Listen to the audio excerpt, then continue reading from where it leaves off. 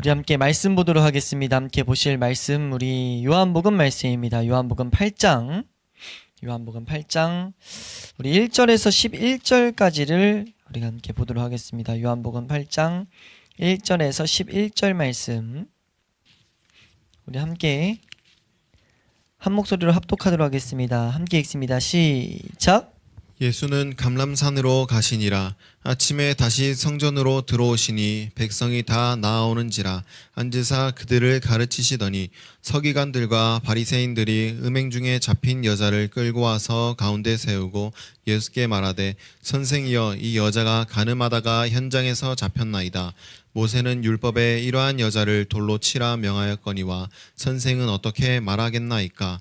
그들이 이렇게 말함은 고발할 조건을 얻고자 하여 예수를 시험함이러라. 예수께서 몸을 굽히사 손가락으로 땅에 쓰시니 그들이 묻기를 마지 아니하는지라. 이에 일어나 이르시되 너희 중에 죄 없는 자가 먼저 돌로 치라 하시고 다시 몸을 굽혀 손가락으로 땅을 쓰시니 그들이 이 말씀을 듣고 양심의 가책을 느껴 어른으로 시작하여 젊은이까지 하나씩 나가고 오직 예수와 그 가운데 서는 여자만 남았더라.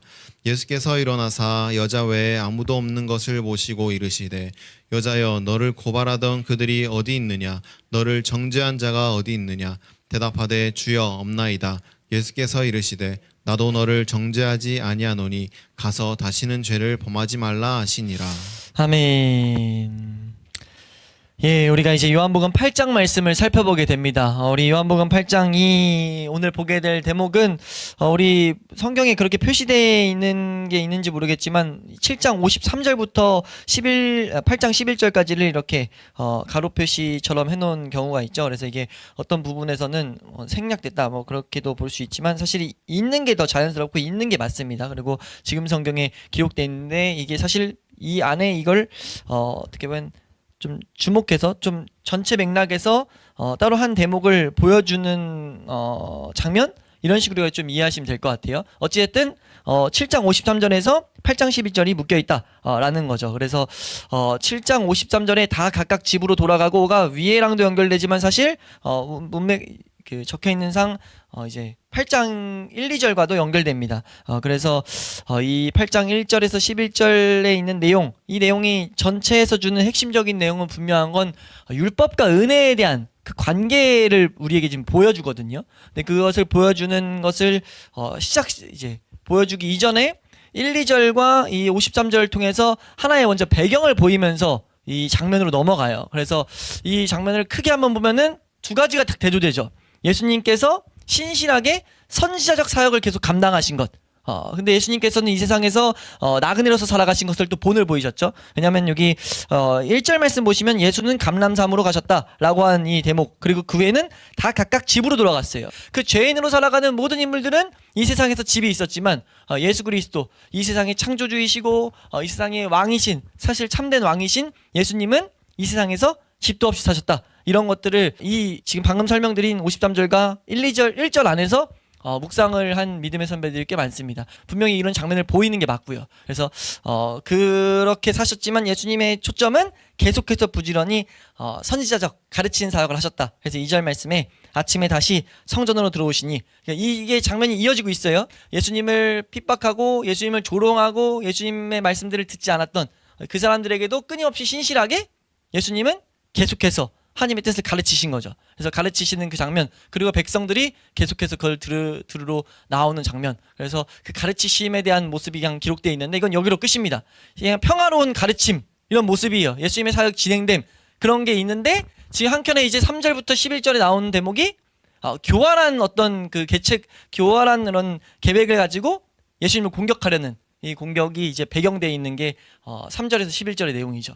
계속해서 이 요한복음이 우리에게 죄인을 부르신 예수님의 사역을 비교해서 우리에게 보여주고 있다라는 것들을 우리가 이 배경, 이 본문을 이제 살펴보기 이전의 배경을 통해서 좀 보게 됩니다. 그래서 우리가 이 장면을 통해서 분명히 계속 알아야 될 것은 우리는 분명히 우리의 모습을 제대로 직시해야 된다 라는 것, 그런 배경들을 이 앞에 있는 배경을 통해서 좀 생각해 볼 수 있죠. 그리고 이제 우리가 3절부터 11절 말씀을 좀 우리가 중심으로 바라볼 텐데, 다시 한번 말씀드리지만 이 내용, 이 대목은 율법과 은혜의 관계를 우리에게 분명하게 가르치고 있다라는 것. 그래서 우리가 이 3절에서 11절을 세 부분으로 좀 나눠가지고 이 메시지들을 좀 살펴보도록 하겠습니다.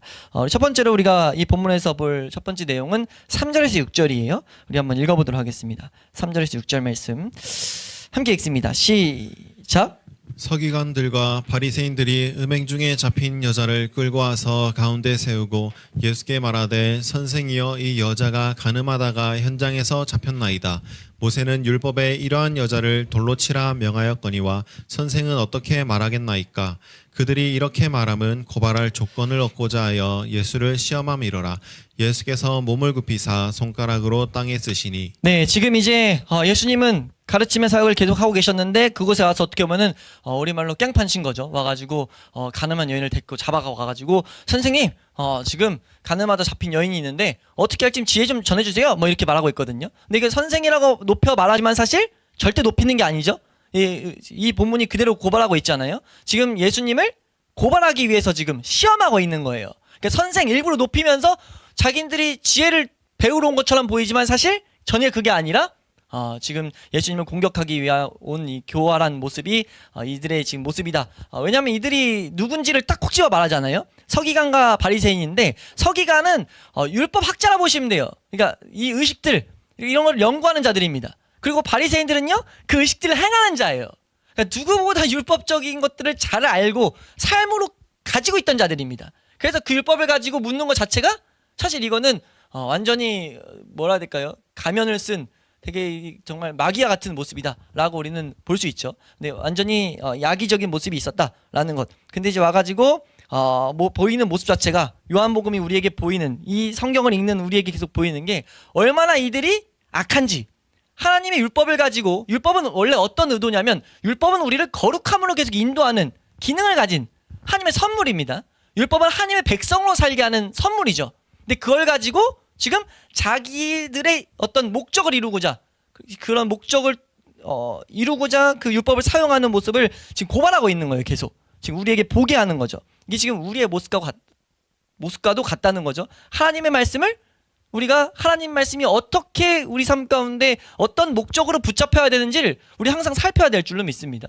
하나님 말씀은 그냥 지식 쌓기가 아니에요. 하나님 말씀은 하나의 교리, 하나님 말씀은 하나의 종교적 의식을 좀 더 하기 위한 게 아닙니다. 그러니까 우리가 조금 더 이렇게 어떤 사람으로 살아가기 위해서 그런 지침을 주는 책이 아니라는 거죠. 하나님 말씀은 우리로 하여금 하나님 앞으로 인도하는 책임을 분명 알아야 됩니다. 그러니까 7장에서 계속 말했던 하나님께 시선을 두는 그 시선을 가져야 된다는 거죠. 예, 그래서 그 내용들을 계속해서 고발하는데 이 내용들을 좀 더 설명드리면 그러니까 율법의 목적이 거룩이지만 거룩이 전혀 목적이 아니죠. 여인을 데리고 와서 이렇게 고발하고 하는 장면들은 선생들에게 이제 나가서 이렇게 묻는 장면들은 대단히 어떻게 보면 율법적인 모양으로는 틀리지 않았어요. 자기보다 더 높은 지혜자에게 정확하게 재판받는 건요. 근데 그 재판받는 이유는 뭐였냐면 공동체의 거룩입니다. 근데 지금 이 서기관들과 바리새인들은 전혀 그건 마음에 안중에도 없어요. 이 공동체의 거룩을 위해서가 아니라 자기의 목적이라는 거죠. 얼마나 인간이 악해질 수 있는지를 계속해서 우리가 봐야 된다는 겁니다. 그래서 지금 예수님의 권위와 가르침을 지금 공격하기 위해서 예수님의 정체성 자체를 막 무너뜨리기 위해서 치밀하게 설계된 함정이었다라고 볼 수 있죠. 그러니까 진퇴양난이에요. 이 두 가지 이제 묻는 예수님이 어떻게 대답하는지에 따라서 그 모든 대답은 바리새인과 서기관이 생각하기에 이거 예수가 했던 말들과 다른 거 완전히 예수를 완전 도관에 든 쥐처럼 몰 수 있는 엄청난 계책이다 라고 해서 막 어떻게 보면 그들의 마음을 좀 생각해보면 고양돼서 야 드디어 이 잡아놓을 고발해서 어떻게 처리할 수 있는 눈의 가시에 없앨 수 있겠다 하고 들고 온 거죠. 네. 왜냐하면 지금 이 딱 율법을 무기로 공격했을 때 이 질문을 통해서 만약 예수님이 정말 죄인이네 그러면 돌로 쳐 이제 계명에 율법에 뭐라고 적혀있으면 가늠한 여인이 잡혀오면은 바로 죽이는 거거든요. 돌로 쳐 죽여야 돼요. 예수님이 잘못됐네 율법대로 처리해 라고 해서 돌로 치라고 그러면은 거기서 사형 집행이 이뤄집니다. 그러면 두 가지 문제가 생기죠. 예수님이 계속해서 뭐라고 말했었냐면 나는 죄인들과 세리들의 친구야 라고 말했던 자기의 그 말에 반대되는 행동을 한 거예요. 죄인과의 친구를 하면서 친구를 죽인 자가 되니까. 또 하나는 실제로 사형 집행이 이뤄지면 율법을 통해서 율법이 맞아 되는 순간 그 여기 나오냐면 신명기 말씀 이게 율법에 계속 나오는데 레위기 10장 20장이라든지 신명기 22장이 나와요. 22장에 보면 그 자리에서 돌로 쳐 죽여야 돼요. 그러니까 거기서 서원되는 순간 그 사람들이 징대해서 죽여야 되는데 이러면 어떻게 되냐면 그 당시 로마 법에 고발당할 자가 됩니다. 왜냐하면 유대인에게는 사형 집행 권한이 없었거든요. 여러 가지로 봐도 죽이게 되면 문제가 생겨요. 크게 두 가지라는 거죠. 예수님이 했던 말과 실제로 고발할 수 있는 대상이 되고, 만약 그리고 지금 예수님이 아니야 그래도 우리가 뭐 사랑해야지 용서해야지 해서 이 여인을 어떻게 해서든지 빼돌린다면 그 자체로도 어떤 문제가 됩니까? 하나님의 진리를 말하고 하나님의 아들이라고 말했던 그분이 하나님의 법을 무시한 사람이 되는 거죠.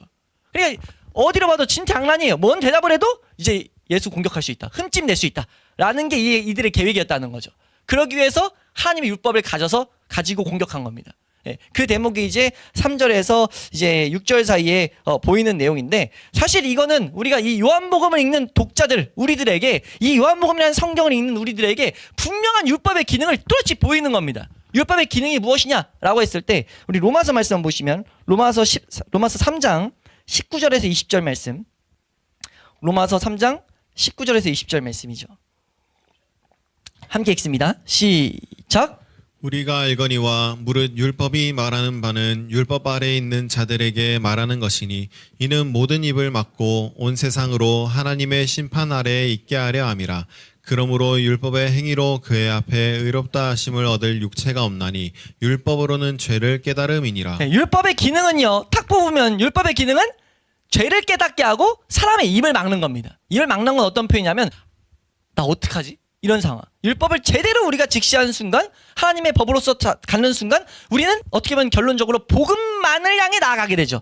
제대로 율법이 조명되는 순간요. 이게 율법의 기능이에요. 그 기능이 여기서 보이고 있는 겁니다. 우선 여인에게 그대로 적용됐죠. 실제로 죄가 또렷이 비쳐서 가늠한 여인이 현장에서 잡아왔던 게 어떤 표시입니까? 빼도 박도 없게 그 지금 죽음의 상태가 임해버린 거예요. 그러니까 이 본문을 가지고 이건 좀 별개의 내용으로 그럼 이 여인이 어느 시점에서 구원받았는가라는 것들을 고민을 이제 했던 몇몇 이제 목회자가 있는데, 대부분 통일되게 이 장면에서 나갈 때 이 여인은 구원이 성취됐다라는 것들을 보는데, 그 이유 중에 하나가 탁월한 공통된 해석은 죄의 각성이 또렷하게 강력하게 일어난 모습이라는 거죠. 자기 상태를 또렷이 볼 수밖에 없었던 상태였다는 거예요. 그 가운데 하나님의 은혜로 강권적인 은혜로 예수 그리스도라는 구세주가 이 장면에서 지금 있었고, 그 예수 그리스도가 속죄의 선포를 하기 때문에, 그래서 이 장면에서 구원이 성취했다라고 보통 말하는데, 근데 여기서 주목해야 될 건 여인은 할 말 못한다는 거죠. 변론을 못합니다. 그러니까 이게 제 율법의 기능이 정확하게 이제 다 있는 상태죠. 그래서 먼저 여기서 율법의 기능이 우리 이 성경을 읽는 독자들에게 뭘 보이냐면 율법의 기능, 죄를 죄로 분명하게 고발한다라는 것을 보이고, 거기서 끝나는 게 아니라 지금 여인뿐만 아니라 지금 이 여인을 고발하는 서기관과 바리새인들의 죄도 지금 폭로하고 있는 것이라고 우리는 분명히 봐야 돼요. 이 성경을 읽는 우리는 분명히 알 수 있거든요. 좀 전에 말씀드렸다시피 요한복음 지금 여기 8장 6절에서 이들이 이렇게 말한 이유가 율법의 기능, 거룩을 위한 것이 아니라 고발할 조건을 얻고자 했다라고 하고 있어요. 이 표현을 성경에서 좀 더 자세히 말하죠. 이 유대인들, 특별히 바리새인들 안에 뭐가 있다고 합니까? 다른 것들이 가득해 있다고 그래요. 그래서 예수님께서 마태복음 23장에 7화라라고 보통 하는데 7가지 화 있을 진저 하면서 막 뭐라고 하는 장면이 나옵니다. 우리 그 장면 몇 가지만 좀 읽어보시면, 마태복음 23장 2절입니다. 마태복음 23장 2절 함께 읽습니다. 시작. 서기관들과 바리새인들이 모세의 자리에 앉았으니. 네, 지금 모세의 자리에 앉았다라고 말하고 있어요. 13절로 넘어갈게요. 다 읽어봐도 좋은데 13절 말씀, 13절입니다. 시작.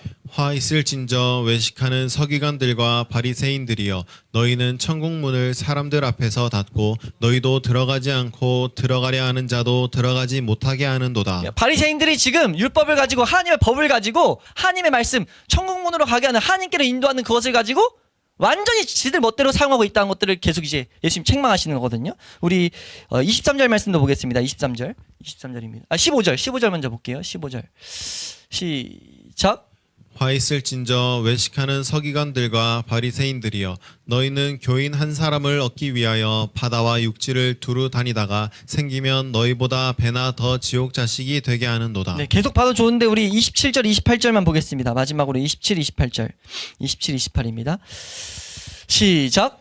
화 있을진저 외식하는 서기관들과 바리새인들이여 회칠한 무덤 같으니 겉으로는 아름답게 보이나 그 안에는 죽은 사람의 뼈와 모든 더러운 것들이 가득하도다. 이와 같이 너희도 겉으로는 사람에게 옳게 보이되 안으로는 외식과 불법이 가득하도다. 지금 이 상황을 요한복음 이 장면이 고발하고 있다는 거죠. 이 서기관과 바리새인들이 율법 가지고 정말 예수님께 물으러 온 것 같고 율법을 제대로 사용하고자 온 것 같지만 완전 아니라는 거예요. 지금 그들의 내면까지도 지금 고발하고 있죠. 한 사람도 아까 읽었던 로마서 말씀처럼 한 사람도 율법 앞에서 행위로서 자유할 수 없다는 것을 분명하게 말하고 있다는 겁니다. 그래서 우리가 알아야 될 것은 지금 우리 모두는 사실 이 여인과 같다는 것. 율법 앞에서는 침묵할 수밖에 없는 피곤이라는 것을 우리는 분명히 알아야 된다는 거죠. 그걸 알 때 사실 복음의 빛이 비친다. 라는 것을 우리는 놓치지 않아야 될 줄로 믿습니다. 그래서 이 장면, 첫 번째 장면을 넘어가기 전에 요한복음이 계속해서 이 악한 자들이 악한 계획을 성취시키는데 성경을 인용할 수 있다는 것을 계속 보여요. 그러니까 우리가 성경을 말한다고 그것이 올바른 길이 아닌 것을 분명히 좀 알아야 되죠. 좀 알 필요가 있다는 거예요. 그래서 하나님을 두려워하는 자, 성경을 가지고 있다고 하나님을 두려워하는 자, 혹은 하나님을 신실하게 섬기고 있는 자라고 결론 짓거나 미혹되지 않아야 된다는 것을 우리는 좀 생각해야 됩니다. 그래서 그것이 이제 첫 번째 장면에서 좀 생각할 내용이고, 두 번째 본문에서 두 번째 장면이 나오는 건, 장면이 좀 바뀌는 건 7절에서 9절이죠. 여기서 이제 예수님의 행동이 나오고 예수님이 하시는 한마디 말씀이 나옵니다. 우리 7절에서 9절 말씀을 읽어보겠습니다. 7절에서 9절 말씀 함께 읽습니다. 시작. 그들이 묻기를 맞이 아니하는지라 이에 일어나 이르시되 너희 중에 죄 없는 자가 먼저 돌로 치라 하시고 다시 몸을 굽혀 손가락으로 땅에 쓰시니 그들이 이 말씀을 듣고 양심의 가책을 느껴 어른으로 시작하여 젊은이까지 하나씩 나가고 오직 예수와 그 가운데 섰는 여자만 남았더라. 아멘. 지금 여기 7절에서 9절 말씀에 나오는 장면은 우리가 좀 잘 해석할 필요가 있는데, 먼저 이 7절이 있기 전에 6절 하반부에 보면은 예수님께서 몸을 굽히사 손가락으로 이제 땅에 뭘 쓰십니다. 땅에 쓰셔서 이걸 요즘에 이제 거의 대부분 문맥상 이것은 율법이다. 율법들을 하나님께서 율법 그대로 썼든 예수님께서 율법을 풀어서 썼든 이렇게 해석을 하는 경우가 많은데, 내용상 그건 맞아요. 많은데 거기보다 좀 더 이건 분명한 모양을 가르치고 있습니다. 그러니까 아무런 의미 없이 지금 이렇게 이 장면을 요한복음이 기록한 게 아니라는 거죠. 이 모양을 적은 의미가 있다는 거예요. 우린 그렇게 이걸 바라볼 수가 있는데 지금 이것이 지금 교활한 시험 앞에서 행하신 최초의 행동이죠. 굽혀가지고 땅에 글을 쓴 것. 이것이 가장 탁월하게 성경에서 보여지는 장면이 사실 출애굽기 31장에 나옵니다. 이 똑같은 그림이 손가락으로 하나님께서 뭘 쓰셨다라고 한 것이 첫 번째 성경에 등장하는 게 출애굽기 31장 18절이죠. 이 장면을 가리키고 있다고 분명하게 우리는 볼 수 있어요. 우리 한번 31장 18절입니다. 함께 읽습니다. 시작. 여호와께서 시내산 위에서 모세에게 이르시기를 마치신 때에 증거판 둘을 모세에게 주시니 이는 돌판이요 하나님이 친히 쓰신 것이더라. 이것도 지금 그러니까 한글 성경의 번역이 이제 안 보이는 건데, 친이란 단어가 손가락입니다. 그러니까 하나님이 손가락으로 쓰셨다. 단어 자체가 그냥 손가락, 발가락, 손가락 이런 표현을 쓰는 건데 손가락으로 쓰셨다. 어찌됐든 성경은 손가락이라고 가르치고 있어요. 우리 신명기서 우리 9장 10절에도 이 대목을, 여기서는 이제 한글 성경에도 잘 번역을 했는데 신명기 9장 10절 말씀 보시면요. 신명기 9장 10절 말씀 함께 읽습니다. 시작. 여호와께서 두 돌판을 내게 주셨나니 그 돌판의 글은 하나님이 손으로 기록하신 것이요 너희의 총의 날에 여호와께서 산상불 가운데서 너희에게 이르신 모든 말씀이니라. 여기서도 손이 아니라 손가락입니다. 그러니까 하나님이 손으로 기록하신 것이다 라고 지금 성경은 증거하고 있어요. 그리고 이제 별말이 이런 장면에 대한 어떤 것이 없다가 예수님이 지금 요한복음 여기 8장에서 땅에서 손으로 쓰고 계신다라고 하는 이 대목은, 특별히 우리가 이 장면까지는 안 보겠지만 일어나서 한마디 하시고 또 쓰시죠. 이 장면도 돌판이 2개 주어진 것과 같다라고 이걸 대표적으로 정말 잘 설명한 분이 아더핑크 목사님인데, 그 해석 보면 정말 이걸 하나님의 은혜 가운데 잘 해석을 해놨는데, 우선 거기까지 안 보더라도 분명한 건 이 장면을 가르치고 있다고 우리는 분명히 볼 수 있어요. 그렇다면은 이 장면이 요한복음에 있는 독자에게 우리에게 뭘 계속해서 보이냐면, 이들이 얼마나 영적으로 무지한지를 계속 보이고 있다는 거죠. 율법을 가장 이 세상에서 지적으로 잘 알고 있는 서기관들과 가장 잘 사용한다고 하는 바리새인들이 얼마나 인간의 한계는 하나님에 있어서 무지한지를 계속 고발한다는 거예요. 은혜 아니면 안 된다는 거죠. 그 서기관들과 바리새인들이 율법 가지고 예수님을 고발해요. 근데 고발하는 그 예수님이 어떤 분입니까? 요한복음이 말하는 게 지금 무슨 말을 하고 있는 거예요? 율법 가지고 고발하는데, 율법 가지고 시험하는데 그 시험을 하는 대상이 누구예요? 율법 만드신 분이에요. 예수님이 율법의 제정자라고 성경을 가르친다고요. 율법의 제정자에게 율법으로 공격하는 이런 우매한 일들을 행하고 있다고 지금 보이고 있다는 거죠.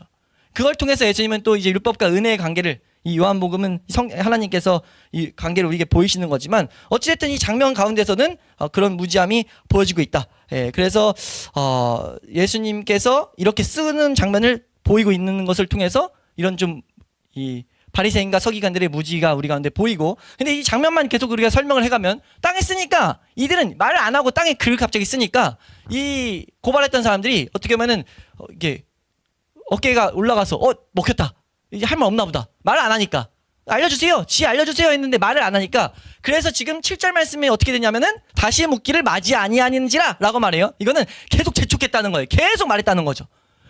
대답 좀 해보세요, 어떻게 해야 됩니까? 계속 막 말했다는 거예요.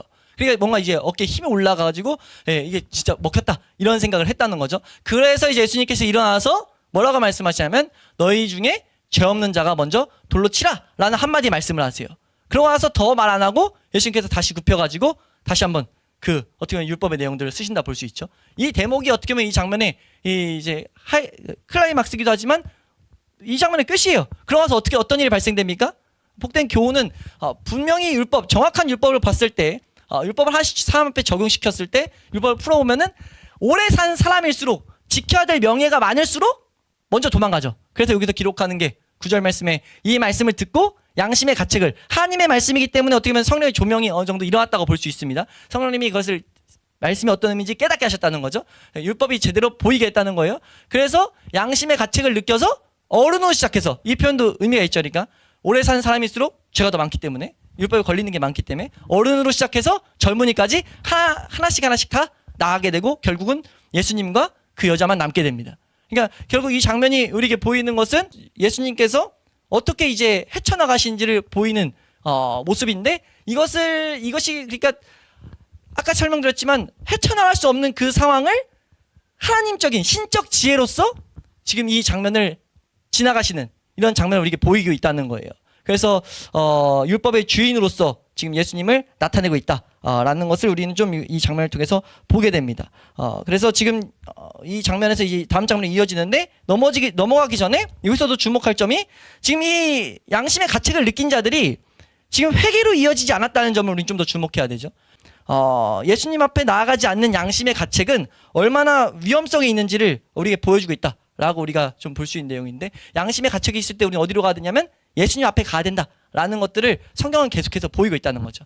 이 장면도 그림으로써 그걸 우리에게 보여준다는 거예요. 그래서 양심의 가책이 있을 때 우리가 가야 될 곳은 예수님 앞이다. 그래서 참된 회개는 예수님의 발 앞으로 나아가는 것, 그리고 위선적인 가책은 우리로 하여금 예수님께로부터 계속 멀어지게 할 뿐. 그래서 우리가 말씀이 우리를 비춰올 때 우리가 더욱더 예수님 앞으로 나아가는 은혜를 우리 항상 구해야 될 줄로 믿습니다. 그러니까 우리가 말씀을 통해서, 말씀을 내 삶 가운데 더욱더 조명되게 해달라 항상 기도해야 된다고요. 근데 그 기도 가운데 꼭 있어야 될 것은 말씀이 우리 가운데 비칠 때 내가 예수 그리스도 앞에 나아가게 해달라. 그걸 좀 더 그냥 간단히 설명하면, 우리의 시선은 항상 하나님께 나아가는 것, 우리가 예수 그리스도를 통해서 하나님께 나아가는 것, 이 방향이 또렷하게 서 있어야 된다는 거죠. 이것이 서 있지 않고 우리가 이 말씀을 가지고 뭘 하는 건 대단히 잘못된 길로 갈 수 있는 이런 위험성들이 있다라는 것들을 우리는 봐야 됩니다. 그래서 지금 이제 세 번째 장면으로 넘어가기 전에 지금 이제 고발자들이 다 사라졌고 예수님과 이 여자만 남아있게 된 장면을 요한복음은 보이고 있다. 그리고 세 번째 장면입니다. 10절에서 11절 말씀이에요. 10절에서 11절 함께 읽습니다. 시작. 예수께서 일어나사 여자 외에 아무도 없는 것을 보시고 이르시되 여자여 너를 고발하던 그들이 어디 있느냐 너를 정죄한 자가 없느냐? 대답하되 주여 없나이다. 예수께서 이르시되 나도 너를 정죄하지 아니하노니 가서 다시는 죄를 범하지 말라 하시니라. 네, 지금 여기서 이제 예수님께서 여인에게 무죄 선언을 하시는데 하시면서도 10절 말씀을 보면은 지금 법적 근거를 무죄 선언을 하는 법적 근거를 우선 명확히 하세요. 10절 말씀에 지금 너를 고발하던 자들이 어디냐라고 묻는 게 그냥 묻는 게 아니고 이게 모세의 율법을 충족시키기 위함입니다. 모세의 율법에서 현장에서 어떤 죄가 있어서 잡혀온 사람들은 반드시 증인이 2명 이상 있었어야 돼요. 2명 이상 있어야 법이 집행됩니다. 우리 말씀 하나 읽어보시면 신명기 19장 15절입니다. 신명기 19장 15절 함께 우리 한 목소리로 읽도록 하겠습니다. 시작. 사람의 모든 악에 관하여 또한 모든 죄에 관하여는 한 증인으로만 정할 것이 아니요 2 증인의 입으로나 또는 3 증인의 입으로 그 사건을 확정할 것이며. 네, 지금 이렇게 모세의 율법이 정해놨다고요? 그러니까 그걸 말하는 거예요. 이 하나님의 율법에도 모세의 율법에서도 예수님의 지미 가르침들은 어긋나지 않게 예수님께서는 그 질서를 따르고 있다라는 것. 그래서 율법의 요구 조건 자체가 충족되지 않으니까 율법적으로도 여인을 정죄할 수 없게 된 것. 지금 이런 논리적인 수순을 가지고 가고 있죠. 그러니까 예수님께서 율법을 무시한 게 아니라 폐하신 것이 아니라 오히려 율법의 절차를 존중하고 성취하고 있던 것을 요한복음은 계속 우리에게 보여주고 있다. 그래서 율법의 요구가 충족된 다음에는 예수님께서 복음의 핵심을 말하죠. 복음의 핵심. 이 핵심이 11절에 나오는데 여기서 주목할 것은 순서입니다. 순서 바꿔버리면 율법이 되어버립니다. 율법의 순서는 가서 죄짓지 마. 그러면 하나님께 뭐 사랑받을 거야. 우리가 뭐 더 은혜가 올 거야. 이런 식의 있는데 절대 성경은 그걸 말하고 있지 않다는 거죠. 성경은 한없는 조건 없는 무조건적인 은혜입니다. 은혜 뒤에 은혜가 가져오는 순종이 따라오죠. 은혜가 가져오는 우리가 시편 119편에서 배우듯이 하나님의 은혜를 어떤 것을 하나님을 알게 된다든지 어떤 선행된 은혜가 있을 때 우리의 의지가 갱신되고 우리 가운데 율법을 따라 살 수 있는 그런 은혜들이 온다는 것을 계속 말하죠. 그래서 여기서도 말하는 게 나도 너를 정죄하지 아니하노니 가서는 다시는 죄를 범하지 말라라고 지금 말하고 있어요. 그러니까 여기서 주목해야 될 것은 무조건적인 이 정죄하지 않음의 이 선언, 이것이 복음이다. 참된 복음. 죄인을 절망에서 건져내고 새로운 삶을 시작하게 하는, 살게 만드는 복음의 능력이다 라고 우리 볼 수 있어요. 근데 여기 좀 많이 장면이 생략되어 있지만 사실 이 본문 안에서 성경을 다 안 우리에게 분명히 주어지는 내용은 이게 왜 복음의 성취가 되는가라고 했을 때 지금 예수님이 나도 널 정죄하지 않겠다라고 말하는 근거가 어디 있느냐라고 볼 수 있을 때 그것은 이 자리에서 죽으실 예수님의 죽음에 있다는 거예요. 지금 여기서 예수님이 이 장면이 이루어지는 장소가 예루살렘입니다. 근데 불과 이제 얼마 뒤에 이 장소에서 예수님은 인류의 죄를 계속 짊어지고 죽으실 거라고요. 그 죽으심을 예수님은 바라보고 있다는 거죠. 왜요? 우리가 이번에도 기독교학에서 봤지만 이 모든 걸음들은 뭐예요? 예수님은 죽으심 보고 걷고 있는 거예요. 그래서 지금 여기서 내가 너를 정죄하지 않겠다라고 말할 때 여기는 안 적혀 있지만 예수님은 죽으심을 보고 있다고요. 그러니까 내가 그 죽음 때문에 너는 내 앞에 온 너는. 그래서 이 여인이 지금 구원받았다는 근거 중에 또 하나는 11절에 예수님을 아도나이, 그러니까 키리오스라고 말하죠. 네? 나의 주여, 나의 이게 로드 이런 표현이거든요. 나의 주님이라고 말하고 있는데 이 고백이 나왔다는 것을 대단히 이제 은혜의 작용으로서 우리가 해석하는데, 그래서 지금 예수님을 주로 보게 됐고 예수님께서 그 예수님을 앞에 나온 자에게 정죄하지 않겠다라고 하는 건 이 뒤에 성취까지 이어져 있다라고 우리는 바라보시면 됩니다. 그래서 이 안에 지금 율법과 은혜의 관계가 녹아가지고 우리에게 계속해서 보여지고 있다라는 것. 십자가에서 율법의 모든 정죄를 예수님께서 받으실 거기 때문에 여기서 나도 너를 정죄하지 아니하노니 라고 지금 선포할 수 있었다. 이것이 한없는 은혜의 근거다라는 것을 우리는 분명히 알아야 되죠. 이걸 분명히 알아야 이 뒤에 나오는 명령, 이것이 어떤 용서의 조건이 아니라고 우리 이해할 수 있어요. 이거 용서의 조건이 아니죠. 이 뒤에 가서 다시는 죄를 범하지 마라고 하는 거는 이러면 뭐 다시 뭐 이게 올게 이런 게 아니에요. 어떤 조건을 단 게 아니라는 거죠. 은혜를 받았으니 그 은혜 가지고 살아가라 라는 어떻게 보면 초청입니다. 은혜 가운데 거하라는 초청이죠.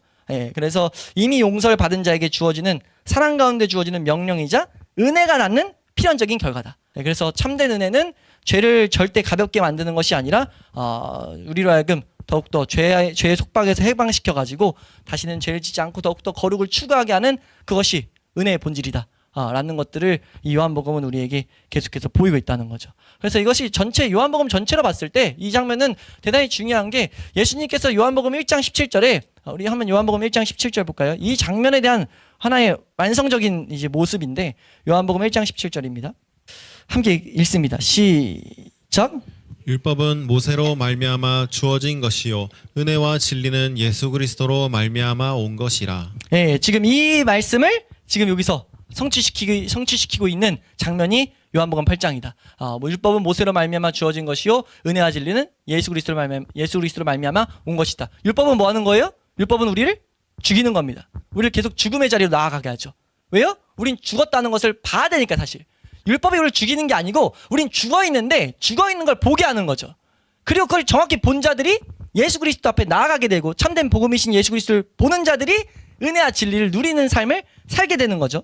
예, 이것이 이제 신약 성경의 핵심 가르침이니까 우리 로마서 마지막으로 5장 21절 로마서 5장 21절 보고 말씀 마치겠습니다. 로마서 5장 21절 함께 읽습니다. 시작. 이는 죄가 사망 안에서 왕노릇한 것 같이 은혜도 또한 의로 말미암아 왕노릇하여 우리 주 예수 그리스도로 말미암아 영생에 이르게 하려 함이라. 네, 이 말씀이 어떻게 이루어지는지를 보여주는 한 장면이라는 거죠. 은혜의 완성이신 은혜의 본질이신 예수 그리스도를 우리가 분명히 보게 될 때 우리는 다시는 죄를 짓지 말라라는 그 길을 따라서 살아가게 된다는 것. 그 참된 의를 계속 본받는 삶을 향해 나아가게 된다는 것들을 우리는 분명히 알아야 될 줄로 믿습니다.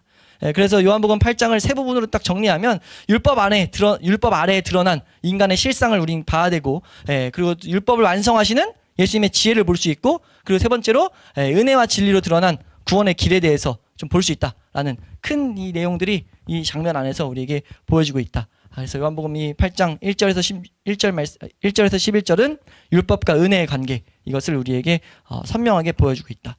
우리가 이걸 분명히 알아서 이게 쭉 한 번에 쭉 이어서 설명을 드리는 게 이걸 따로 볼 메시지가 아니라 계속 우리가 배우고 있는, 특별히 에베소서를 통해서 우리 특히 서신서 그리고 토막토막 있는 말씀들을 통해서 분명히 보는 우리가 가는 구원의 길, 십자가를 향해 가는 것, 십자가로 인하여 살아가는 그 길, 그 가르쳐주신 길에 대한 분명한 모양이 이 안에도 동일하게 지금 녹아져 있다는 거죠.